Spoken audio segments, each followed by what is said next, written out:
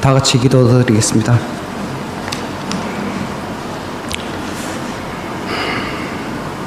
지금도 살아 역사하시고 우리와 끝까지 함께 하시기를 원하시는 임마누엘의 하나님께 감사와 영광을 올립니다. 수많은 사람들 가운데 저희들을 택해 주시고 주님의 아들, 딸로 삼아 주셔서 아버지를 아버지라고 부를 수 있도록 해주신 은혜 감사드립니다. 지금도 저희들을 외면하지 아니하시고 주님의 성전으로 불러주시어 아버지께 예배와 찬양을 드릴 수 있는 시간과 공간을 허락하심을 감사드립니다. 지금도 지구촌엔 많은 사람들이 주님을 믿고 예배를 드리기를 원하지만 주어진 나라, 사회 환경이 허락하지 않아 오늘도 숨어 기도하는 형제 자매를 생각할 때마다 우리에게 주어진 축복의 시간들을 감사하며 오직 주님께 모든 것을 드릴 수 있도록 성령님 저희들을 인도하여 주시옵소서. 이토록 주님께서 저희들을 사랑하시고 인도하시는데 우리는 아직도 우리의 지식을 믿으며 물질을 의지하며 종교적 우상을 섬기며 주님 아닌 나의 덕만 채우기를 위해 살아가는 죄 많은 저희들이 오늘도 주님의 피 흘리신 십자가 앞에 모든 죄를 내려놓고 회개하며 소망이신 주님만을 바라보는 축복의 시간이 되기를 간절히 소원합니다. 그래서 죄 많은 인생들을 새롭게 하여 주시고 예수님의 보혈에 담으셔서 하늘나라 백성으로 선교의 도구로 거룩한 백성으로 살아갈 수 있게 만들어 주시어 오직 주님의 십자가만 자랑하며 섬기며 찬양하며 영광 돌릴 수 있는 우리 모두가 될 수 있도록 성령님 도와주시옵소서. 연약하고 부족한 삶을 통하여 주님을 더욱더 간절함을 허락하시고 또한 간절해야 소망을 가질 수 있는 믿음을 허락하시어 우리가 세상 것을 너무 많이 품으려다 아주 작고 소중한 것을 볼 수 없는 미련한 우리가 되지 않도록 주님 오늘도 저희들과 함께 하시길 간절히 소원합니다. 오늘도 우리를 주님의 잔치로 불러주셔서 감사드립니다. 여호수아와 갈렙같이 가나안을 정복하게 하시고 탕자와 같이 죄인에서 부름받는 축복의 시간이 되게 성령님 역사하여 주시옵소서. 이번 주에 있을 장년부 수련을 축복하시어 많은 주님의 백성들이 말씀을 사모하게 하시고 이스라엘 백성이 허락하신 불기둥과 구름 기둥만 바라보게 하셨듯이 내가 아닌 우리를 구원하신 주님만 바라볼 수 있는 거듭난 믿음을 허락하여 주시옵소서. 또한 하나님의 뜻이 이루어지길 간절히 소원합니다. 너에게 성령이 임하면 너희가 권능을 받고 예루살렘과 유대와 사마리아와 땅끝까지 이르러 내 증인이 되리라 하신 그 말씀을 믿고 주의 제자들과 많은 무리들이 기도에 힘쓸 때 베드로에게 성령이 하나님이 임하신 것처럼 더욱더 기도와 말씀에 힘입어 많은 영혼들을 구원시키는 구원의 방주가 될 수 있도록 저희 중형 공동체를 인도하여 주시길 간절히 바랍니다. 이 시간 할렐루야 찬양대를 축복하여 주시옵소서. 주님께서 허락하신 감사의 마음과 입으로 오직 살아 역사하시는 주님을 경배하게 하옵시고 주님께는 영광이요 저희들에게는 은혜의 시간이 되기를 간절히 소원합니다. 말씀으로 단위에 서신 목사님을 축복하여 주옵소서. 양육간의 간절함을 허락하시고 성령님의 두루마리기를 더딥혀 주시사 생명의 말씀으로 증거할 수 있도록 인도하여 주시며 그 말씀이 한 말씀도 땅에 떨어지지 아니하고 온 충년의 공동체 마음밭에 새겨져 어떤 어렵고 힘든 일이 다가와도 오직 말씀만 붙들고 나아가 주님 안에서 승리하는 삶이 될 수 있도록 성령님 인도하여 주옵소서. 여호와 이레신 주님만을 감사드리며 우리를 구원하신 예수 그리스도 이름으로 기도드립니다. 아멘.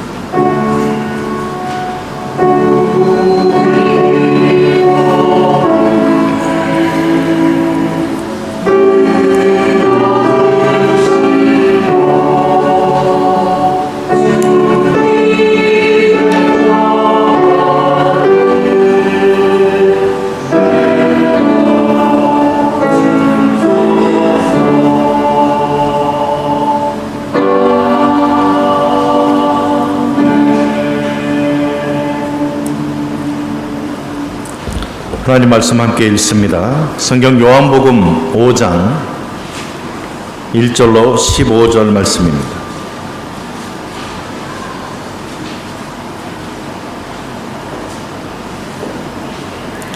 요한복음 5장 1절로 15절 한 절씩 교독합니다. 그 후에 유대인의 명절이 되어 예수께서 예루살렘에 올라가시니라.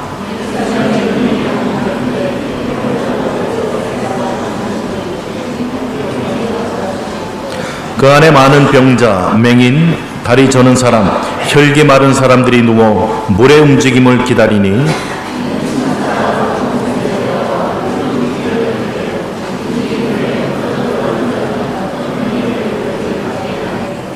거기 38해 된 병자가 있더라.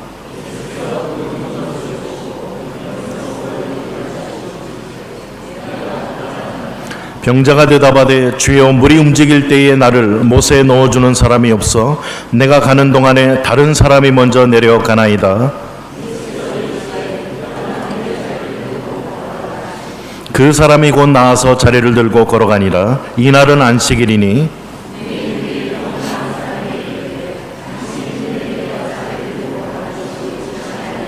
대답하되 나를 낫게 한 그가 자리를 들고 걸어가라 하더라 하니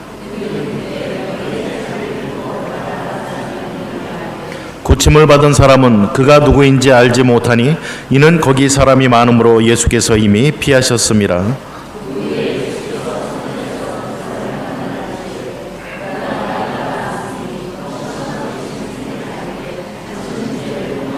함께 읽습니다.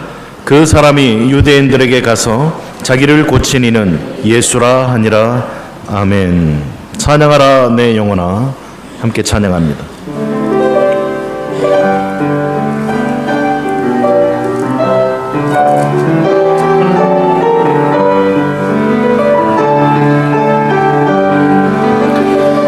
찬양하라 내 영혼아 찬양하라 내 영혼아 온 마음과 정성 다하여 주 찬양 경배하라 내 영혼아 경배하라 내 영혼아 경배하라 내 영혼아 온 마음과 정성 다하여 주 경배하라.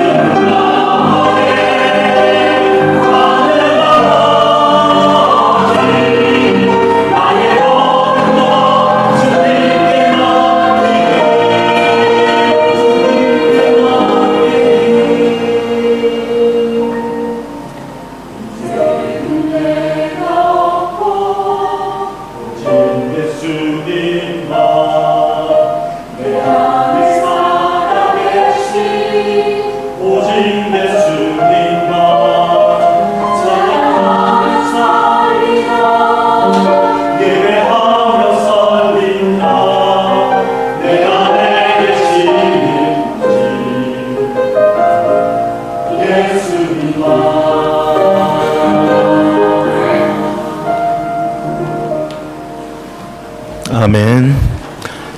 하나님, 그렇습니다. 우리가 예수 그리스도와 함께 죽었고 또 예수 그리스도와 함께 살았음을 믿으면서 이제는 내가 사는 것이 아니요 내 안에 그리스도께서 사신 것이라는 고백과 또 그러한 삶을 살아가게 하시니 감사드립니다.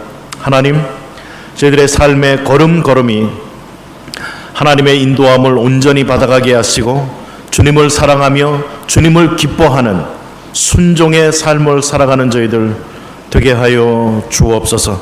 하나님, 이 시간 또 하나님의 말씀을 듣기를 원합니다. 성령께서 우리의 마음의 문을 또 열어주시고 하나님의 말씀을 달게 받게 하시며 들려지는 말씀이 우리에게 잘 깨달아지고 믿어져서 하나님 주시는 믿음으로 승리하며 하나님 앞에 하나님의 그 풍성한 은혜를 온전히 누려가며 살아가는 저희들이 될 수 있도록 은혜 베풀어 주옵소서. 오늘도 말씀으로 우리 가운데 역사하시고 또 충만케 채워주실 줄 믿습니다. 이 말씀을 통해 하나님 영광 돌려드리는 삶 살아가는 저희들 될 수 있도록 역사하여 주옵소서. 감사드리며 예수님 이름으로 기도드립니다. 아멘. 인사 한번 나누십니다. 말씀의 은혜 받읍시다. 말씀의 은혜 받읍시다. 유대인들에게는 3대 절기가 있습니다. 유월절, 오순절, 유월절이 지난 50일, 주일이 7번 지난 7749, 그 다음 날, 이날이 오순절입니다. 그래서 77절이라고도 하고 맥추절이라고도 합니다. 그리고 또 하나는 장막절, 수장절이라고 합니다. 이 세 번에 거친 절기는 하나님께서 이스라엘 백성들에게 너희 자손 대대로 영원토록 이 절기를 지켜라라고 말씀해 주셨습니다. 특별히 이 세 절기 때는 예루살렘 성에서 35km 내에 사는 모든 유대인들은 의무적으로 예루살렘에 모여서 이 절기를 지켜야만 됐습니다. 오늘 1절도 보면 그 후에 유대인의 명절이 되어 예수님께서 예루살렘에 올라오셨다라고 이야기를 합니다.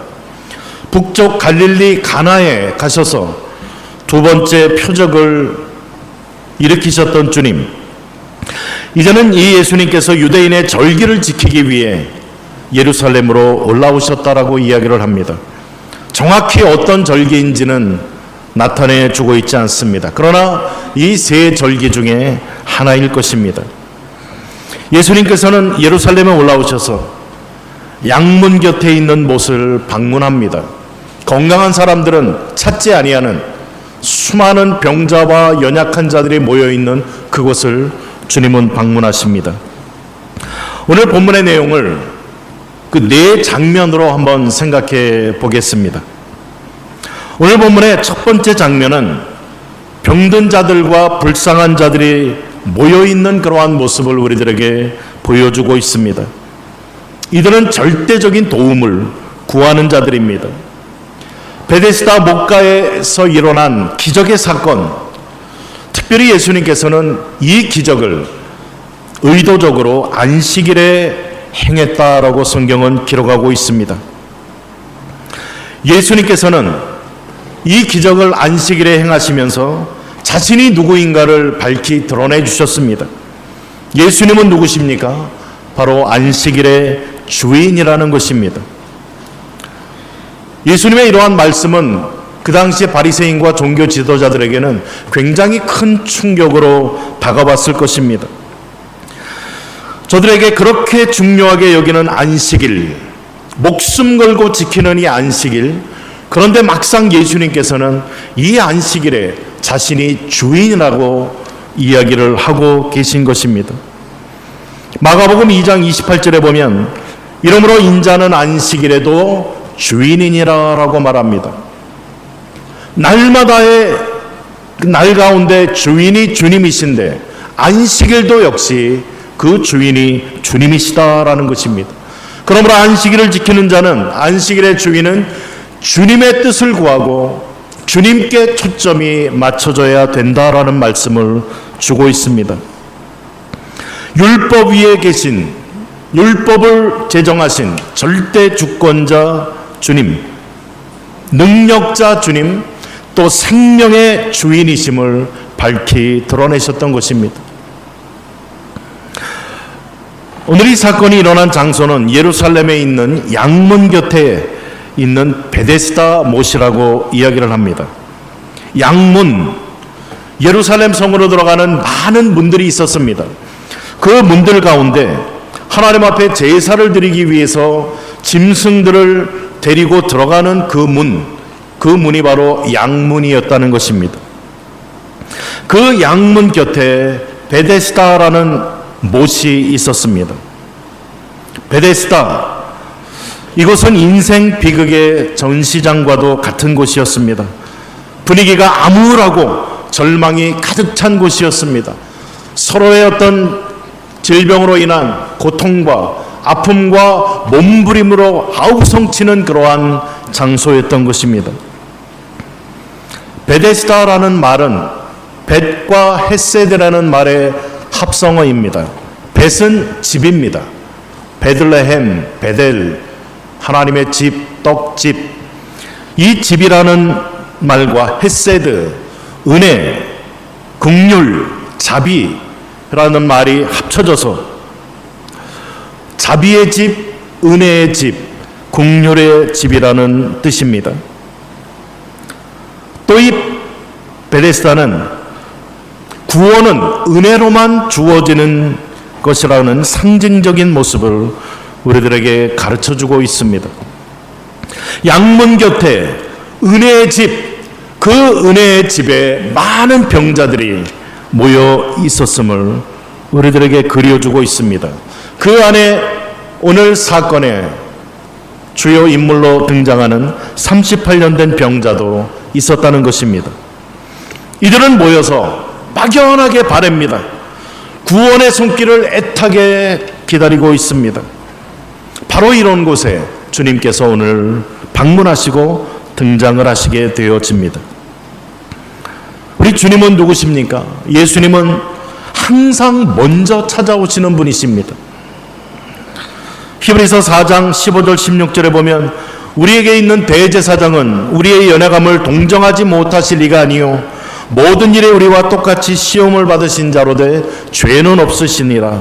16절에 그러므로 우리가 긍휼하심을 받고 때를 따라 돕는 은혜를 얻기 위하여 은혜의 보좌 앞에 담대히 나아가다 자유롭게 나아가자라고 이야기를 하고 있습니다.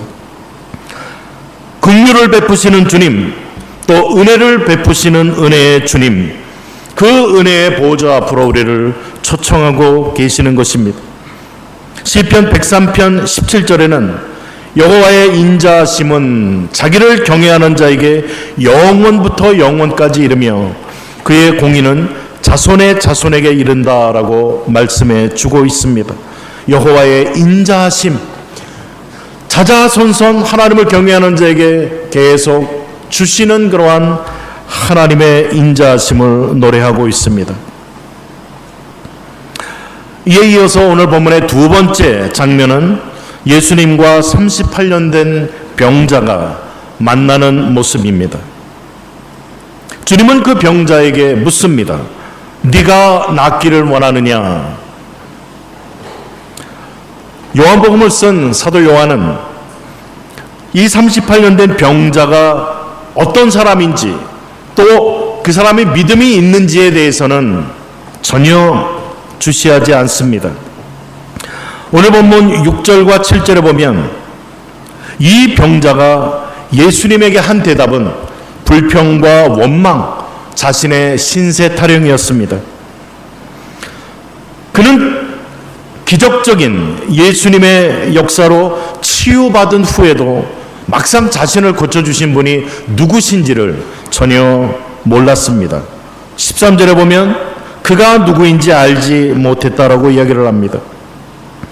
오늘 이 본문의 사건은 믿음의 능력에 대한 이야기가 전혀 아니라는 것입니다. 이 이야기의 관심은 이 기적을 일으키신 예수님에게 초점이 맞추어져 있다는 것입니다. 네가 낫기를 원하느냐? 이 예수님의 질문에 38년 된 병자는 그동안 전해 내려오던 어떤 전설을 이야기를 합니다.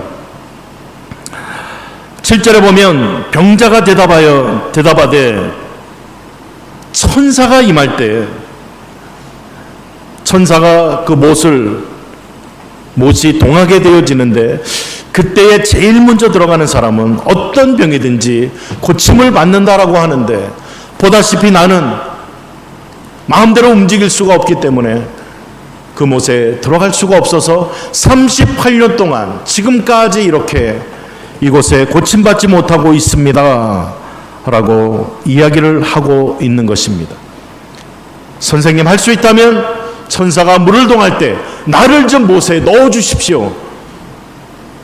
참 이 병자의 요구가 어처구니가 없습니다. 그런데 예수님께서는 아무 조건 없이 이 병자의 병을 고쳐주십니다. 이 일을 통해서 요한복음 5장 21절에 기록된 것처럼 예수님께서는 자기가 원하는 자를 살릴 권세가 있다는 것을 또 증거해 보이셨습니다.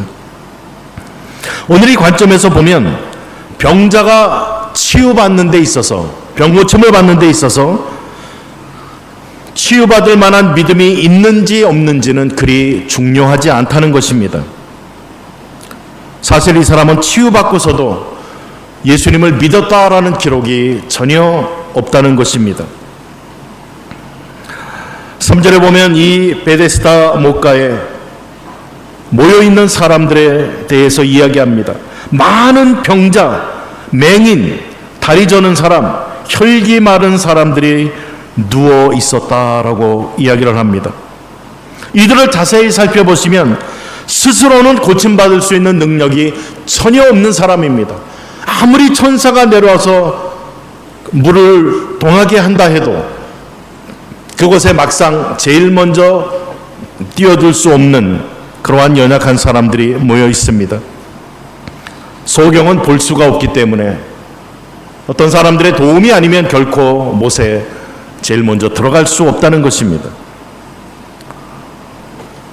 절뚝발이 제대로 걸을 수 없는데 어떻게 제일 먼저 뛰어들어가겠습니까? 혈기 마른 사람, 손과 발이 다 마르고 온몸이 뒤틀려 있는 정상적인 거동이 불편한 이러한 사람이 어떻게 그 못에 제일 먼저 들어갈 수가 있겠습니까? 특별히 이들은 구약에서부터 하나님의 은혜를 떠난 죄인들을 상징해 줍니다.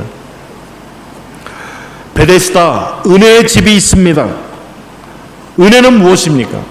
어떤 조건이나 행함이나 자격이 있어서가 아니라 아무런 자격 조건이 충족되지 않는데 거저 주시는 것을 은혜라고 이야기를 합니다.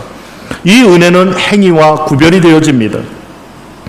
행위는 자기 결과에 대한 근거를 자기가 만들어야 한다라고 말을 합니다. 그러나 은혜에는 조건이 없습니다. 이 은혜의 집에 모여 있는데 상반되는 물이 동해야 된다라는 이러한 앞뒤가 맞지 않는 이야기를 하고 있습니다. 여기에 기록된 세 종류의 병자 가운데 그 누구도 물이 동할 때 못에 들어갈 수가 없는 자들이었습니다. 이런 자에게 주님은 오늘 말씀해 주십니다. 8절에 일어나 내 자리를 들고 걸어가라 라고 말합니다.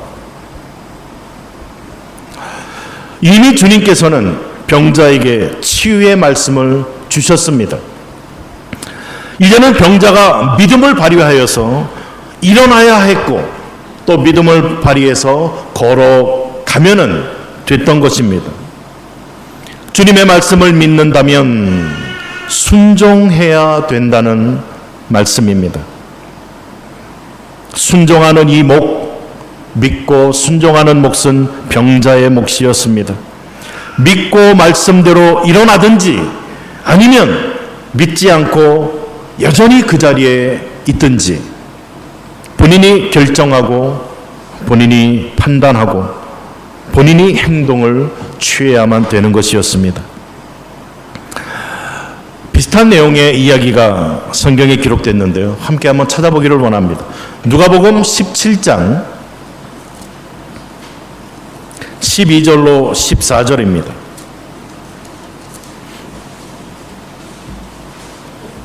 오늘 이 본문과 아주 흡사한 내용이 기록되어 있습니다.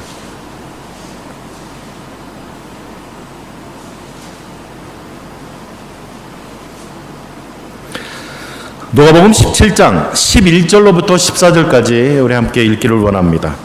신약 125페이지 11절부터 14절 같이 읽습니다. 예수께서 예루살렘으로 가실 때에 사마리아와 갈릴리 사이로 지나가시다가 한 마을에 들어가시니 나병 환자 10명이 예수를 만나 멀리 서서 소리를 높여 이르되 예수 선생님이여 우리를 불쌍히 여기소서 하거늘 보시고 이르시되 가서 제사장들에게 너희 몸을 보이라 하셨으니 그들이 가다가 깨끗함을 받은지라. 아멘. 예수 선생님이요 10명의 문둥병자들이 멀리 서서 우리를 고쳐달라고 이야기를 합니다. 그때 예수님께서는 그래 가서 제사장들에게 너희의 몸을 보여라 그 말밖에 하지 않습니다. 이 10명의 문둥병자들이 예수님의 말씀을 듣고 어떻게 합니까? 제사장에게 보이러 갑니다. 그런데 본문에 보니까 14절에 그들이 가다가 가는 중에 깨끗함을 받았다라는 것을 발견하게 됩니다. 그래서 10명 중에 한 명이 뛰어와서 예수님, 선생님, 선생님이 제사장에 보이라고 말씀했는데 그 말씀 듣고 가다 보니까 제 문둥병이 낫습니다. 감사합니다라고 이야기를 합니다. 주님이 10명 다 고침받지 않았느냐? 9명은 어디 있느냐라고 질문하시는 그런 사건입니다. 오늘 38년 된 병자도 마찬가지입니다. 내가 너를 하면서 예수님 막 주문 외우지 않았어요. 그냥 일어나 내 자리를 들고 걸어가라 라고 말합니다. 우리의 믿음은 어떻습니까? 믿음이란 말을 참 자주 씁니다. 그런데 믿음은 바로 행함과 하나라는 사실을 우린 잊지 마셔야 된다는 거예요. 정말 믿으십니까? 그러면 행함이 그대로 따라야 된다는 이야기입니다. 믿는데 행하지 않는 이 일은 믿지 않는 것입니다. 나의 삶의 현실을 돌아보면서 정말 내가 믿음 안에 거하고 있는가를 우리는 정확하게 체크할 수가 있다는 것입니다. 히브리서 5장 8절 9절에도 그가 아들이시면서도 받으신 고난으로 순종함을 배워서 온전하게 되셨은즉 자기에게 순종하는 모든 자에게 영원한 구원의 근원이 되신다라고 말합니다. 자신을 순종하는 그 자들에게, 믿는 자들, 순종하는 자들에게 영원한 구원의 근원이 되신다.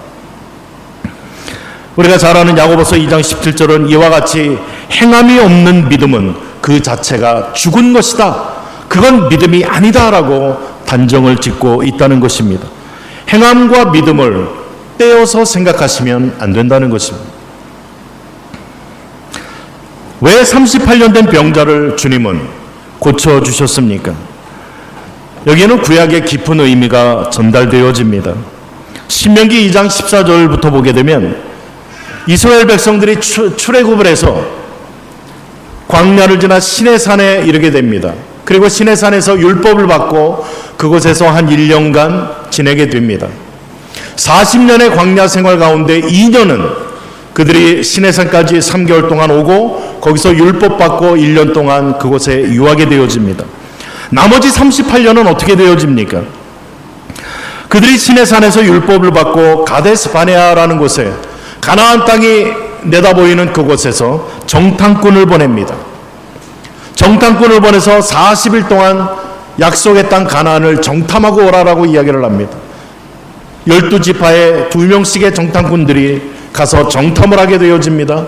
정탐하고 돌아와서 그들이 말합니다. 정말 하나님께서 약속하신 가나안 땅은 젖과 꿀이 흐르는 땅입니다. 포도송이를 2사람이 막대기에 메고 오면서 정말 하나님의 약속대로 기름진 땅입니다 라고 말합니다. 그런데 문제는 그러나 그곳에 거하는 사람들, 안악자손들, 그 사람들은 거인 같아서 우리가 그 앞에 보니 메뚜기 같았습니다. 우리는 가면 다 패배하고 진멸되고 말 것입니다 라고 말합니다. 가나안 땅은 어떤 땅입니까? 하나님께서 이스라엘 백성들에게 은혜로 주시겠다라고 약속한 땅입니다. 은혜는 뭐라고요? 행한 것 하나 없고 조건을 충족된 것 하나도 없음에도 불구하고 하나님께서 거저 주시는 것입니다. 그게 은혜의 땅 가나안인데 막상 이스라엘 백성들은 자신들이 전쟁하여 이기고 취해야 될 것으로 여겼다라는 것입니다. 거인들이 그 앞에 있다라는 말을 듣고 백성들의 간담이 다 서늘하고 녹아지면서 밤새 통곡합니다. 그리고 모세와 아론을 죽이려고 돌을 던지려고 할 때 하나님의 영광이 그들 가운데 임하여서 민수기 14장 15장에 보면은 저들에게 이야기를 합니다. 이 사건으로 인해서 출애굽한 그 1세대들은 여호수아와 갈렙, 하나님에 대한 믿음을 가지고 가서 취하자라고 이야기했던, 저들은 우리의 밥이라고 이야기했던 여호수아와 갈렙 두 사람 빼놓고 1세대의 모든 사람들이 광야에서 38년 동안 방황하다가 전부 죽게 되어집니다. 이 사건의 의미를 전달해 준다라고 우리는 해석할 수가 있다는 것입니다. 율법, 자신의 힘으로 무언가를 이루고 지키려고 하는 이것은 은혜와 얼마나 대조가 되어지는지 모릅니다. 12 정탐꾼들의 보고를 받고 통곡하고 절망하고 원망하고 하나님을 불신하고 이것으로 인해 하나님의 진노를 받아 38년 동안 방황하다가 전부 죽임을 당한 이 사건, 오늘 베데스다 연못에 모여있는 이 병자들, 율법을 손에 든 모든 인간들의 모습임을 우리는 알 수가 있습니다. 무언가 내가 뭘 해서 어떤 결과를 얻고자 몸부림치는 인간들의 모습을 그려줍니다. 그런데 막상 저들에게는 힘도 없고 능력도 없고 할 수 있는 그러한 것이 아무것도 없다는 것입니다. 하나님 앞에 우리의 모습은 영적 소경이요, 절뚝발이요, 중풍병자들이라는 사실입니다. 우리 스스로 구원을 얻을 만한 능력이 없습니다.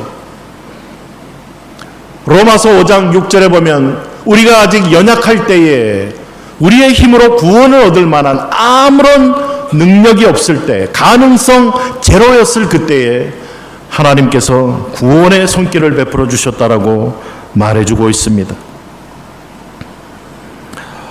주님을 믿는다고 하는 우리들의 잘못된 고백은 무엇입니까? 주여 저를 못에 좀 넣어 주십시오. 이러한 요청을 우리도 하고 있다는 것입니다. 하나님께서는 오늘 이 사건을 통해서 우리들에게 하나님의 은혜를 알게 해주시기를 원하시는 것입니다. 흥미있는 것은 느헤미야 3장 1절에 보면 70년 동안 이스라엘 백성들이 바벨론의 포로 생활을 하고 나서 70년이 지난 후에 포로 귀환을 하게 됩니다. 고레스 칙령에 의해서 각자 다 고향으로 가서 마음대로 자기의 신을 섬길 수 있도록 해줍니다. 1차, 2차, 3차에 거쳐서 많은 사람들이 수룹바벨, 느헤미야, 에스라를 통해서 귀환을 하게 되어집니다. 저들이 포로 귀환한 다음에 제일 먼저 한 일이 성을 쌓는 일이었습니다. 무너진 이 성을 쌓는데 제일 먼저 재건한 것이 양문이었다는 것입니다. 양문. 하나님 앞에 성전의 제사로 양과 짐승들을 데리고 들어가는 그 양문을 제일 처음에 세웠습니다. 그리고 이 성을 쌓은 다음에 제일 마지막에 세운 문을 느헤미야 3장 31절에 보면 한밑갓 문이라고 합니다. 한밑갓 문. 이 뜻은 심판이라는 뜻입니다. 첫 번째 이 문은 은혜의 문, 양문이었는데 마지막 문은 심판이라는 뜻의 의미를 가지고 있다는 것입니다. 이는 인간의 힘으로 짓는 예루살렘 성, 인간이 쌓는 그러한 세상적인 모든 건물들이나 우리가 축적하는 그 모든 것들은, 우리가 쌓아놓는 그 성은 결국 심판으로 끝난다라는 것을 상징해 준다는 것입니다.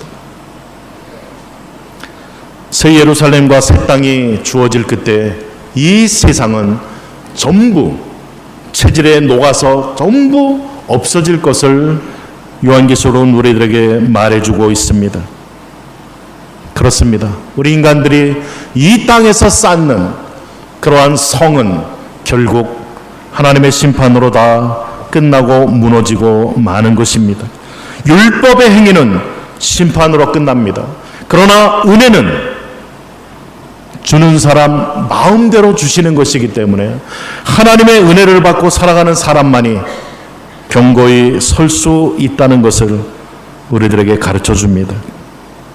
예수님께서는 이 베데스다 못에 오셨습니다. 많은 사람들은 물이 동하기를 고대하고 있습니다. 어떻게 하면 내가 물이 동할 때 제일 먼저 들어갈까? 전부 그거에 궁리하고 있어요. 염려하고 있습니다. 하나님께서는 이러한 우리들의 모습 가운데 은혜라는 것을 가르쳐 주시기를 원하십니다. 인간의 어떤 조건 때문이 아니라, 어떤 자격 때문이 아니라 하나님께서 거저 베풀어 주시는 그러한 은혜가 너희에게 필요하다라는 것을 가르쳐 준다는 것입니다. 38년 된 병자에게 네가 낫고자 하느냐? 오늘 우리의 대답은 어떻습니까? 예, 주님, 주님의 은혜를 구합니다가 아니라 주여 물이 동할 때 나를 좀, 무언가 자기가 내세울 것을 우리는 갖기를 원합니다. 죄는 어떤 의미에서는 자존심의 문제입니다. 내 자존심이 허락지 않는 거예요. 행한 것 없는데, 아무 자격이 없는데 거저 무엇을 받는다는 게 우리에겐 용납이 되지 않는다는 거예요. 뭔가를 좀 하고 싶어 합니다. 근데 그것이 바로 죄라는 거예요. 죄.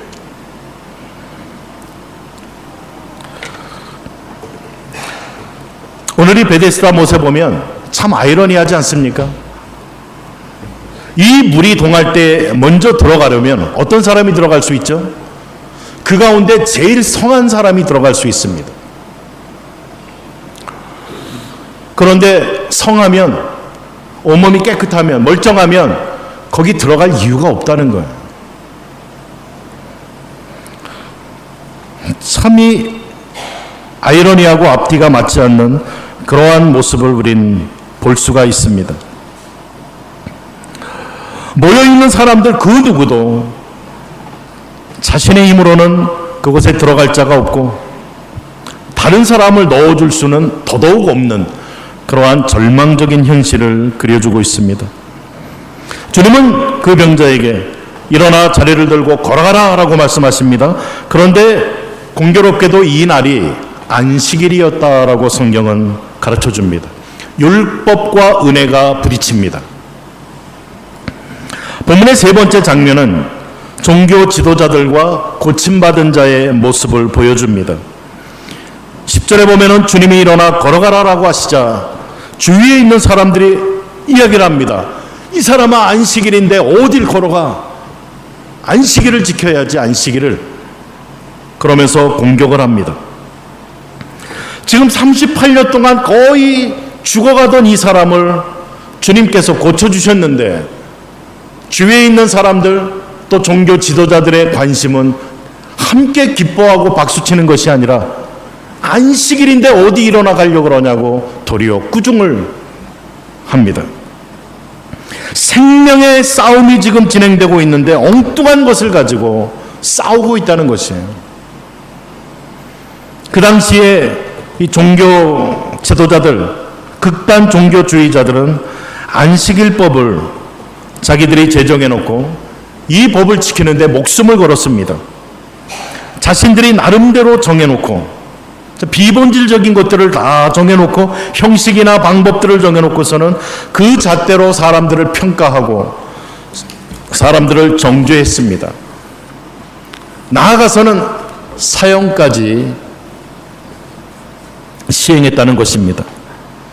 신약시대 이후에 완전히 체계화된 미시나라는 이 유대인 법전에 따르면 유대 랍비들이 안식일에 금지한 목록이 39가지나 된다고 합니다. 613개의 율법 가운데 39가지가 안식일에 대한 법이었습니다. 이들에 의하면 안식일에 금지되었던 일들을 나열합니다. 안식일에 여행하는 것,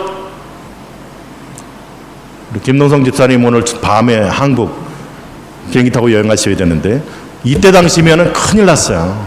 돌 맞습니다. 여행 취소하셔야 돼요. 금식하는 것 마음대로 굶어도 안 돼요. 음식 만드는 일 만들어도 안 됩니다. 참 아이러니합니다. 물건을 사거나 파는 일도 금지되어 있어요. 물을 어디 가서 얻는 일, 우물 가서 뭐 깁는 일 이런 거 금지되어 있습니다. 정해진 거리 이상 처음 봅니까? 그 이상 가면은 안 돼요. 딱 거기서 멎어야 됩니다. 전쟁 일어나도 움직이면 안 됩니다. 그냥 죽어야 됩니다. 그래서 많은 유대인들이 죽임을 당했다라는 거예요. 이 안식일을 지킨다고 자기들이 정해놓은 법 지키면서 다 죽임당했습니다. 물건을 드는 일 아무 일도 하시면 안 됩니다. 나무에 올라가는 일 설마 오늘 뭐 따려고 나무에 올라가시면 안 돼요. 수영하는 일 안 됩니다. 손뼉 치는 일, 손뼉 치는 거 싫어하시는 분들이 있는데 안식일에 손뼉 치면 큰일 났습니다. 이 일하는 거였어요. 춤추는 일 어디 놀러 가시면 안 돼요. 병자를 고치는 일, 정말 죽음의 기로에 서 있는 사람 죽지 않을 만큼만 그까지만 해야 돼요. 주일 안식일 날 고치면 안 됐습니다. 어떻게 보면 그 어떤 일도 해서는 안 되는 거였습니다. 예수님은 이런 시퍼런 날이 선 법을 뻔히 알면서도 38년 된 병자에게 안식일인데 일어나 내 자리를 들고 걸어가라 라고 말씀을 하셨다는 것입니다. 이 안식일은 율법을 상징합니다. 예수님께서 안식일에 병 고친 사건은 성경에 여러 곳에 기록이 되어져 있습니다. 마태복음 12장 10절로 14절에 한쪽 손 마른 사람 안식일 법에 있으면 고치면 안 됐습니다.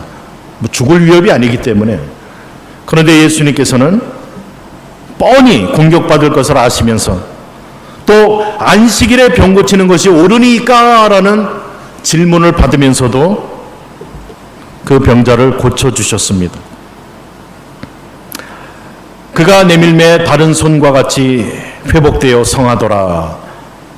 바리새인들이 나가서 어떻게 하여 예수를 죽일까 의논하거늘. 어디까지 나갑니까? 자기들이 만들어 놓은 법, 규율 이거를 어기는 예수님 어떻게 하면 죽일까까지 지금 궁리하고 있다는 거예요. 누가복음 13장 11절로 16절에 보면 18해 동안이나 귀신 들려 앓으며 꼬부라져서 조금도 펴지 못하는 한 여자 예수님께서 고치는데 안식일이었습니다. 그러면서 병 고치는 것을 분내어 무리에게 이르되 일할 날이 엿새가 있으니 그동안 와서 고침을 받을 것이요 안식일에는 하지 말 것이니라 하거늘. 사람이 생명과 회복되어지고 은혜 받는 것에서는 관심이 없습니다. 그저 자신들이 정해놓은 규율과 방법과 전통과 이러한 것 여기에 목숨 걸면서 이것을 지키지 아니하면 어떻게 죽일까까지 궁리한다라는 것입니다. 오늘 우리들의 모습은 어떻습니까? 우리는 과연 주일날 교회에서 무엇을 중요하게 여깁니까?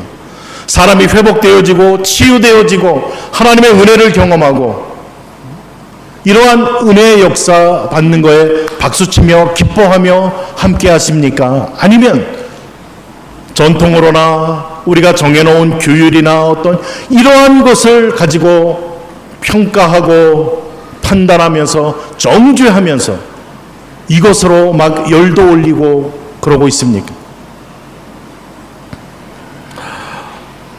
이러한 모습들을 보면서 우리가 깨닫는 것이 있습니다.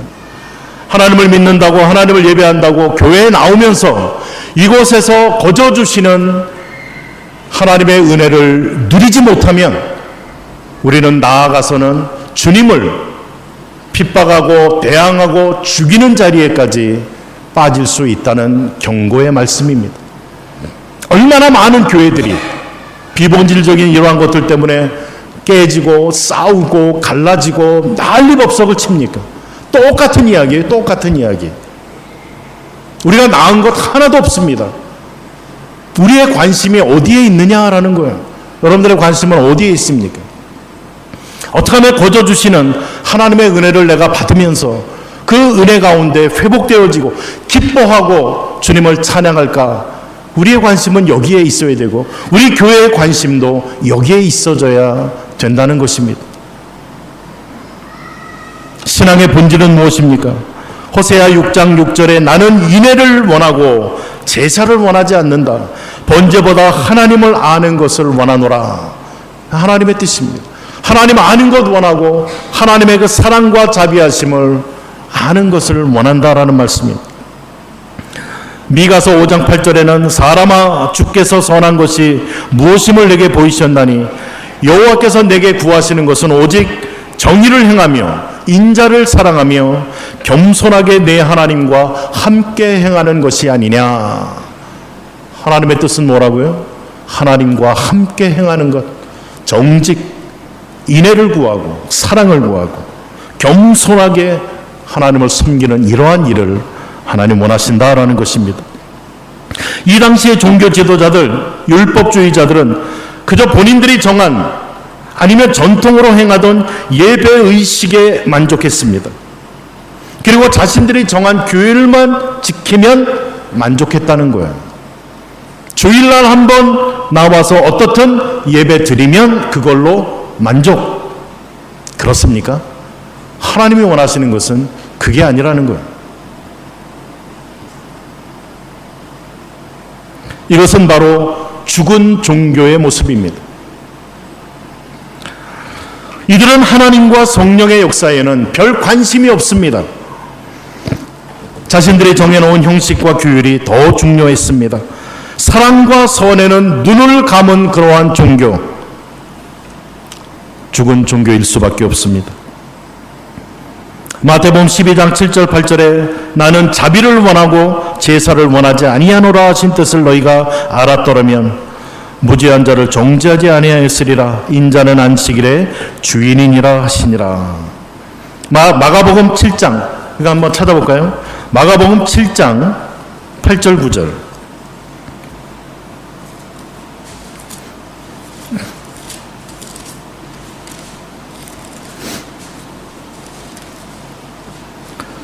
신약 64면 마가복음 7장 우리 6절부터 9절까지 함께 읽기를 원합니다. 마가복음 7장 6절로 9절 함께 읽습니다. 이르시되 이사야가 너희 외식하는 자에 대하여 잘 예언하였도다. 기록하였으되 이 백성이 입술로는 나를 공경하되 마음은 내게서 멀도다. 사람의 계명으로 교훈을 삼아 가르치니 나를 헛되이 경배하는도다 하였느니라. 너희가 하나님의 계명은 버리고 사람의 전통을 지키느니라. 또 이르시되 너희가 너희 전통을 지키려고 하나님의 계명을 잘 버리는도다. 아멘. 주님이 지적하고 있습니다. 너희가 정해놓은 전통 지키려고 너희가 나름대로 세워놓은 규율과 법칙과 이러한 것 지키려고 하나님의 법을 잘도 잊어버리는구나. 잘도 버리는구나. 하나님이 원하시는 것은 그게 아니다라고 말해주고 있습니다. 입술의 고백이 아닌 마음의 고백을 하나님은 원하신다라고 말해주고 있습니다. 고침받은 병자는 막상 누가 자기를 고쳐줬는지도 몰랐습니다. 신자란 은혜를 구하는 자들이 아니라 은혜를 입은 자들을 이야기를 합니다. 우리가 잘 아는 에베소서 2장 8절, 그 은혜를 인하여 너희가 믿음으로 구원을 얻었나니 행위에서 난 것이 아니기 때문에 자랑할 것이 없다라고 이야기를 합니다. 우리가 받은 구원, 전적인 하나님의 은혜요, 또 하나님의 선물이라고 이야기를 합니다. 에베소서 2장 9절에 행위에서 난 것이 아니니 이는 누구든지 자랑하지 못하게 함이라. 나의 자랑은 십자가밖에 없어야 된다는 거예요. 자랑하는 자는 주 안에서 자랑하라라고 성경은 이야기하고 있습니다. 이 병자의 모습을 보면서 은혜 받은 우리의 모습을 볼 수 있습니다. 하나님께서 왜 나에게 이런 은혜 주셨는지, 언제 이런 은혜를 주셨는지 우리는 모릅니다. 분명한 것은 하나님께서 조건 없는 나에게, 자격 없는 나에게 일방적으로 은혜를 베풀어 주셨다는 겁니다. 교회란 생명과 은혜가 가장 중요하게 역사되는 곳입니다. 교회란 은혜를 입은 자들이 모인 곳입니다. 누구라도 상관이 없습니다. 출신이 어떠하든, 배경이 어떠하든, 조건이 어떠하든 아무런 상관없어요. 다만 하나님의 은혜를 받은 자들이 모이는 것이 교회라는 곳이에요. 그래서 이 교회 안에서는 서로의 잘남이 드러나는 것이 아니라 하나님이 드러나고 은혜의 하나님이 높여지고 찬양 드려져야만 된다는 것입니다. 마지막으로 오늘 네 번째 장면은 우리를 영적으로 깨어있게 해준다는 사실을 보게 됩니다. 예수님과 고침받은 자의 모습입니다. 오늘 보면 14절에 보면 그 후에 예수께서 성전에서 그 사람을 만나 이르시되 보라 내가 나았으니 더 심한 것이 생기지 않게 다시는 죄를 범하지 말라 하시니, 그의 과거가 어떤 죄로 어떻게 됐는지 거기에 초점이 있는 것이 아니라 앞으로 있을 심판을 염두에 두라라고 경고하는 말씀입니다. 지금은 네가 나았을지 몰라도 마지막 날 하나님 앞에 우리는 심판대 앞에 서야 되는 존재들입니다. 그때를 염두에 두면서 오늘을 살아가라라는 말씀입니다. 주님 오실 날이 너무나 가까웠습니다. 마지막 때가 악하다라고 에베소서에서는 말씀을 주고 있습니다. 성경은 이러한 마지막 때에 주의 자녀들에게 깨어 주님 맞을 준비를 하라라고 이야기를 해주고 있습니다. 오늘 우리들의 모습을 돌아보고 우리 교회의 모습을 좀 돌아보기를 원합니다. 정말 하나님께서 원하시는 그러한 교회의 모습, 하나님이 원하시는 신앙인의 모습은 은혜와 생명과 사랑이 중요히 여겨지고 그로 인해 감사와 찬양이 하나님 앞에 돌려드려지는 곳. 하나님은 우리 교회가 이러한 교회 되길 원하고 우리의 신앙생활이 이러한 신앙생활 되기를 원하십니다. 오늘 말씀을 묵상하시면서 하나님의 은혜와 생명과 사랑의 증인들로 살아가시는 저와 여러분들 되시기를 주님의 이름으로 축복을 드립니다. 이 시간 한번 말씀 생각하시면서 하나님의 은혜를 기억하면서 하나님 앞에 이런 은혜의 전달자요, 하나님의 그 풍성한 은혜가 우리 교회 안에서 누려지고 증거되어질 수 있도록 하나님 역사하여 주옵소서. 합심해서 하나님 앞에 기도하겠습니다. 살아계신 하나님 감사드립니다. 오늘 38년 된 병자의 치유의 사건을 보면서 주님을 저희들이 발견합니다. 긍휼의 주님, 은혜의 주님, 생명의 주님, 정말 저희들 주님 앞에 이러한 은혜를 받은 자로서 서게 하시고 또 우리 중요한 믿음의 공동체가 이런 은혜의 집이 되어지기를 소원합니다. 이곳에서 하나님의 이름만이 높여지게 하시고 하나님의 은혜만이 서로 경험되어지며 나누어지며 증거되어질 수 있도록 역사하여 주옵소서. 하나님, 인간의 그 어떤 조건이 아니라 하나님의 은혜와 사랑이 우리 가운데 역사되어지기를 원합니다. 나 자신의 신앙의 삶도 이 은혜에 감사와 찬양하며 이 사랑과 은혜를 전달하는 자로 살아가게 하시고, 우리 교회 공동체가 정말 하나님의 은혜가 풍성히 이곳에 흘러 넘치는, 그래서 생명의 역사, 구원의 역사, 은혜의 역사들이 우리 가운데 온전히 경험되어지고 나누어지며 증거되어지는 그러한 복된 은혜의 집이 되어질 수 있도록 하나님 역사해 주옵소서. 하나님 감사합니다. 정말 저희의 마땅한 삶이 하나님 앞에 감사와 찬양, 하나님을 기뻐하는 저희들의 삶이 되어질 수 있도록 역사하여 주옵소서. 하나님 감사합니다. 은혜의 물줄기가 힘있게 하나님 우리의 심령 가운데 흐르게 하시고, 또 하나는 흘러 넘쳐서 주의를 적실 수 있는 은혜의 도구로 역사해 주옵소서. 하나님 감사합니다. 하나님의 풍성한 은혜가 우리에게 경험되어지고, 은혜를 주신 하나님을 찬양하며 기뻐하며 그 하나님을 증거하는 저희의 믿음의 공동체 되어질 수 있도록, 또 우리의 모습 될 수 있도록 역사하여 주옵소서. 예수님 이름으로 기도드립니다. 아멘.